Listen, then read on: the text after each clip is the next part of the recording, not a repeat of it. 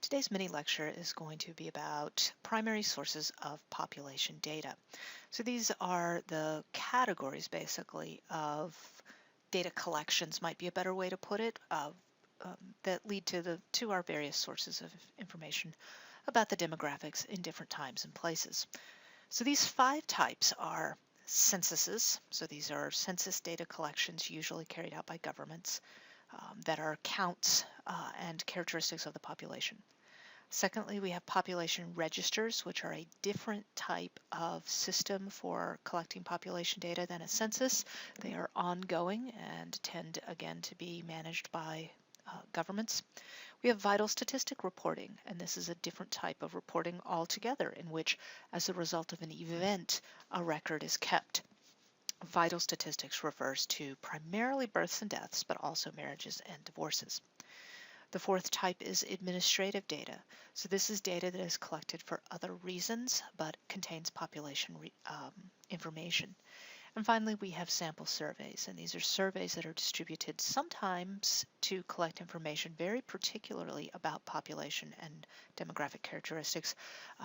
Other times, they're broader surveys that happen to have very good demographic data as part of the survey.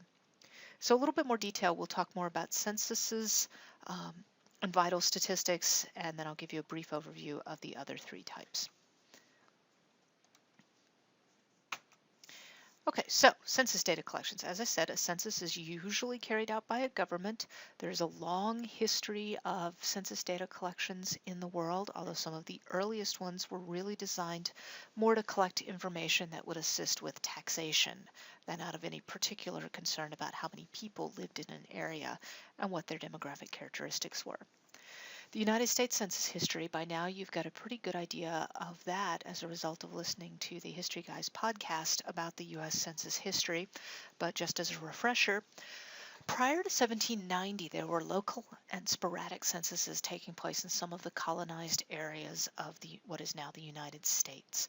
The first census came hand in hand with the development of the United States as an independent nation. It was a critical part of our Constitution that a census be conducted in order to apportion members of Congress to the House. The number of seats available are based on the population in a given state, and this was a big debate. You know your U.S. history. So the first census took place in 1790. It was just a count by household of the population by sex, race, and free status. So that would be free, indentured, or slave. In 1800, the second census, there was some additional information added to the collection. At this time, the census wasn't what you think of it today with some form that got shipped out to people to fill out. It was just somebody usually on a horse or on foot. They did have paper, pen, and they went around and they had a table essentially. Name of the household, the household, its address, the people that lived in it. They just filled out the table. And that was the norm for how censuses were conducted in the United States for a very long time. Adding more information just made that process a little more complicated. So these early censuses did not have a lot of data collected. 1830, it was still limited to just the population, but there was more detail about that population. The first actual census office did not open until 1840. Prior to that, it was handled by whoever in the federal government was handling it at that point. Usually this was coming out of Congress. And then it would be just assigned to local jurisdictions to manage the enumeration or the count process. This, I know you can't see it terribly well. It's a bad copy of a bad copy of a census form from 1870. So we're now many, many years into conducting censuses in the U.S. This would be the 8th census, but it's still using this form where somebody goes through and they have the household number, they have the names of the people in the household, information, age, sex, status of occupation, I believe is what that is. Yes, profession of occupation. state of birth, and some other information. This system of enumeration or count, here's another one, 1880, looks pretty much exactly the same, except whoever the enumerator was had better handwriting. Um, by 1850, the individual was the unit of data collection rather than the whole household. In 1880, privacy laws came about that basically said, hey, if you're collecting census data, don't spread it around. 1890 continued to expand what the census constituted. In 1900, first year to include territories outside the United States borders. 1910 started releasing the data in a very different way, in a book form. There was new technologies to help put it together in the first place. It definitely sped up the ability for Congress to know how many seats were going to be apportioned, and it sped up the ability for people to look up census data. I actually have a copy of a couple of the volumes that are part of the 1910 census in my own personal collection. I don't think I've ever cracked it open, but for some reason, because I was a demographer, my dad thought I would like it. So if anybody wants to look at a copy of the 1910 census book, just let me know. This is a census from the 12th census, so that would be, what year would that be? So if if 1890 was the 10th census, 1900 would be the 11th. This would be the 1910. This is the one we're just referring to. A lot of detail in this original census collection form here. This is a picture of the U.S. Census Bureau. The one up in the corner was the first office that was developed around 1940, the first building, and then it was expanded upon. And this was what the Census Bureau looked like up until about 10 years ago. This was the building that I worked in when I worked for the Census Bureau. It's huge. It's actually 2 buildings, and it houses about 4,000 employees. 1940, the first contemporary census. So this is a census the way we think of it now, in which there's a short form that gets a basic count and a few demographic variables that can be completed easily by an enumerator, someone who goes around and counts, and then a long form, which was given to a sample of the total population to collect more information about the household and the housing unit. That means the house itself, literally.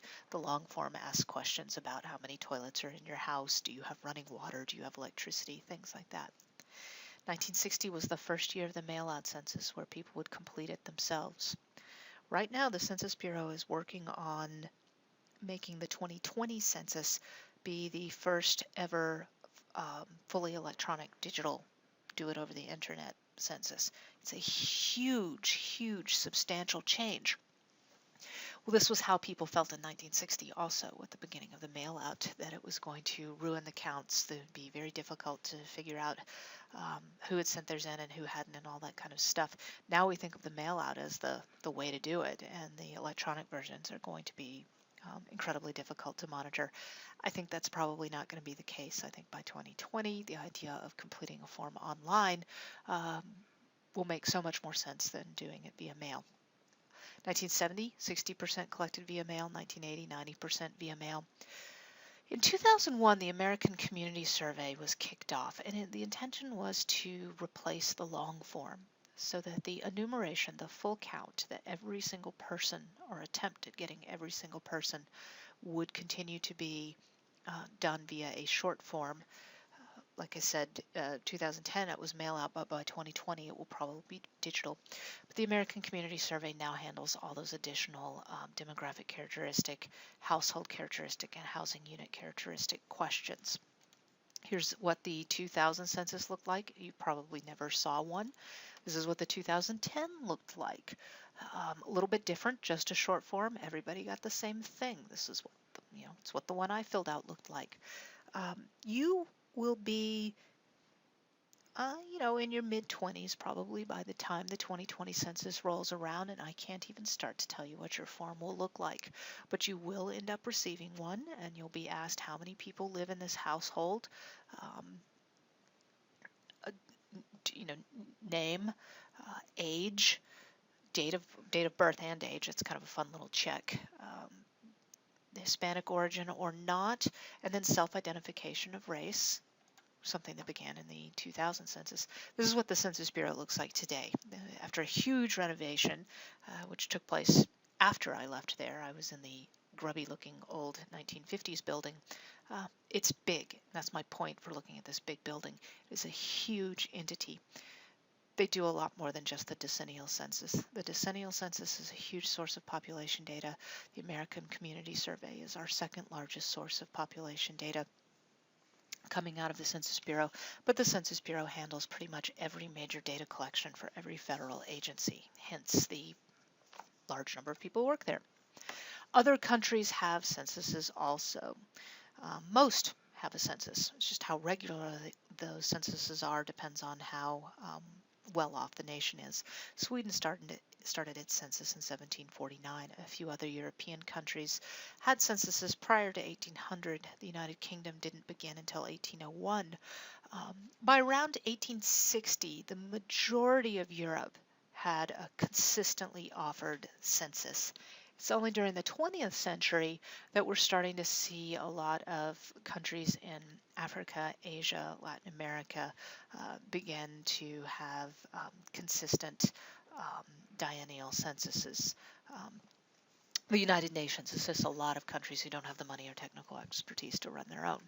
So this is between 2000 and 2005, where on Earth has a census. These very dark areas are population registers as opposed to censuses, which I'll talk about in a minute. These are recent censuses. That means they're offered at least within every 10 years, so it would be considered recent from that time period. And these darker gray here are areas that have been having censuses a little bit more sporadically than other places. There are parts of the world where having a census, particularly a census that asks questions about race or ethnicity, can be very politically dangerous. And there are many areas in Africa that have intentionally withheld having a population count because of ethnic strife over the last roughly 10 years or so.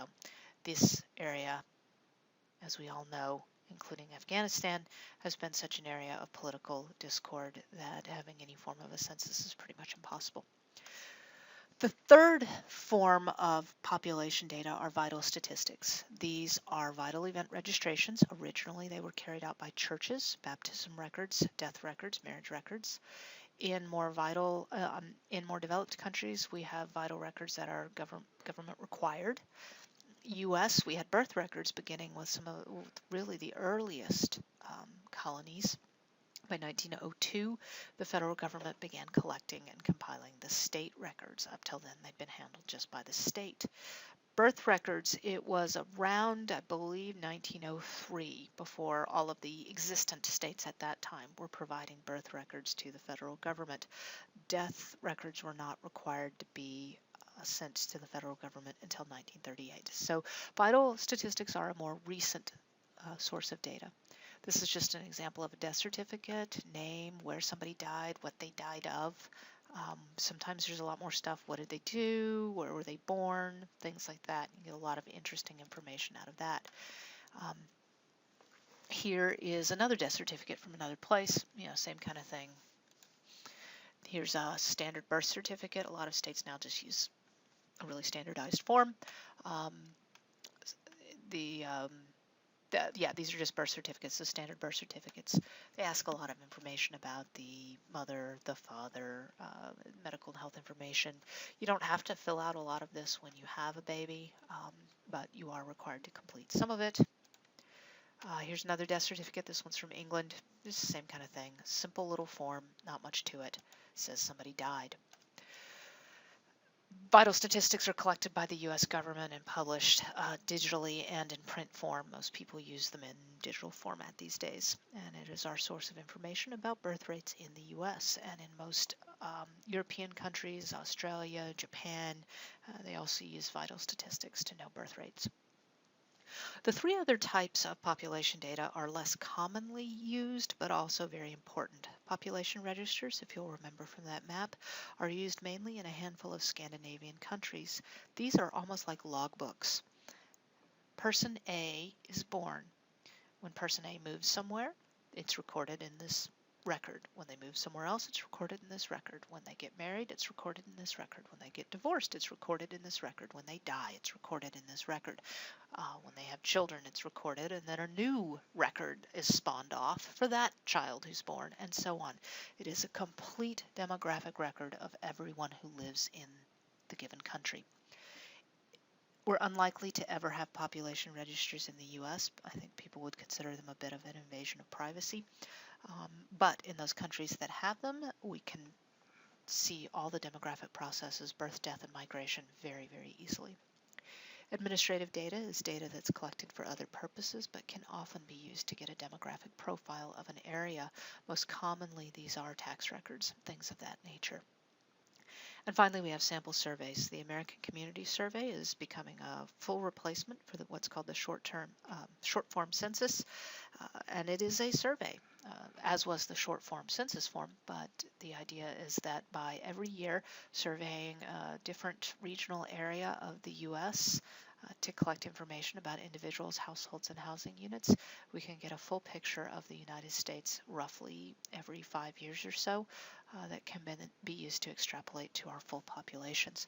Other surveys give us different kinds of demographic information, whether they were intended to or not. We can learn quite a bit about a population from various surveys. So those are the 5 types: a census, vital records, population registers, administrative data, and sample surveys.